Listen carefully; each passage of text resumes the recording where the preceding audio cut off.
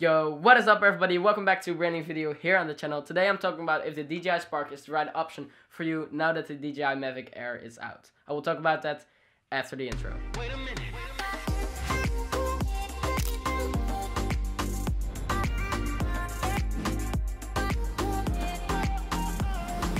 So welcome back guys to the channel, and the main question for this week's video is, should you get the DJI Spark over the DJI Mavic Air? But before I answer that question, I'm just gonna talk about my experience with the DJI Spark, and I really want to thank Droneshop.nl for loaning me their DJI Spark with all the accessories and all the batteries and stuff like that. And Droneshop.nl also gave me this Phantom 4 backpack, so there will be a review on this backpack very soon. So make sure to subscribe if you want to see that. So back to the DJI Spark.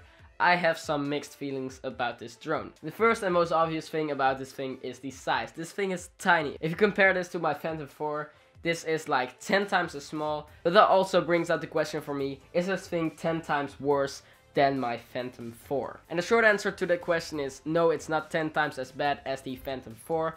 But this drone is certainly not for everyone. For instance, if you are serious about getting the highest possible quality and the best performance in this drone, then this drone is not for you. I really have two main concerns with this size, and that is one, the gimbal. It's a 2-axis gimbal, so no 3-axis gimbal, so only stabilization in this axis and this axis. And also the drone can't really stand high winds very well. And also one thing that I noticed that I don't like is the signal, but maybe that's only where I live. But the signal got lost very quickly, and I felt like I had not really that much control over the drone at some times, and I really don't like to not have control over the drone. So that is also one major thing that I don't like about this drone. But if you're just in the market for a small travel camera that flies around, that gets some basic shots but also some pretty shots and is not very expensive, then I would definitely go for the DJI Spark, since it's a very nice drone for the price and for the size. And that just sounded like something that would be said in a commercial. And now on to the DJI Mavic Air. Should you get the DJI Mavic Air over the DJI Spark? I personally don't own a DJI Mavic Air, but I'm just gonna talk about everything that I saw and heard about the DJI Mavic Air. So the first big difference between the two are the price.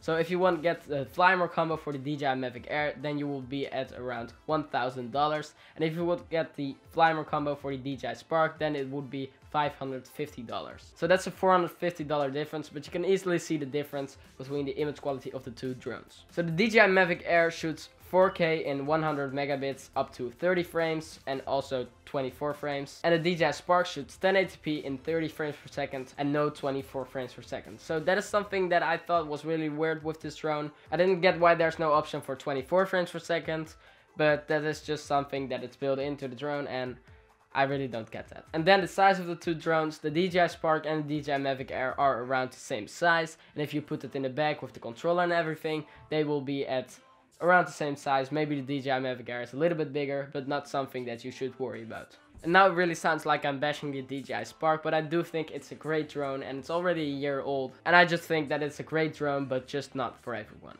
And now I'm gonna show you a part where I was filming with the DJI Spark and how I set up the DJI Spark and what I bring in the bag. And the camera that was filming me was accidentally set to 100 frames per second, so that is why the footage may look a little bit weird. Okay guys, so we're now in Leiden and we're gonna take some shots with the DJI Spark.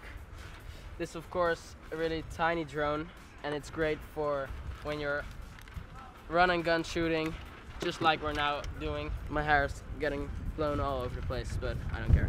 Now we just have to turn on my phone, connect it to the drone, and then we're good to go.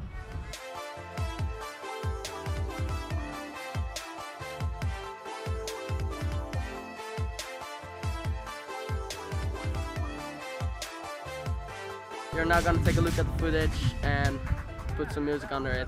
Drone montage in 3, 2, 1. I remember when I lost my mind. There was something so pleasant about that place. Even your emotions have an echo in so much space.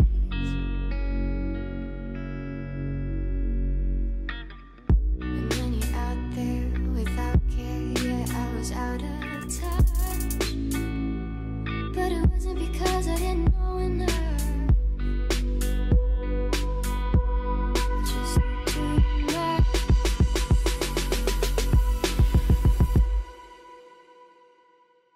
That make me crazy.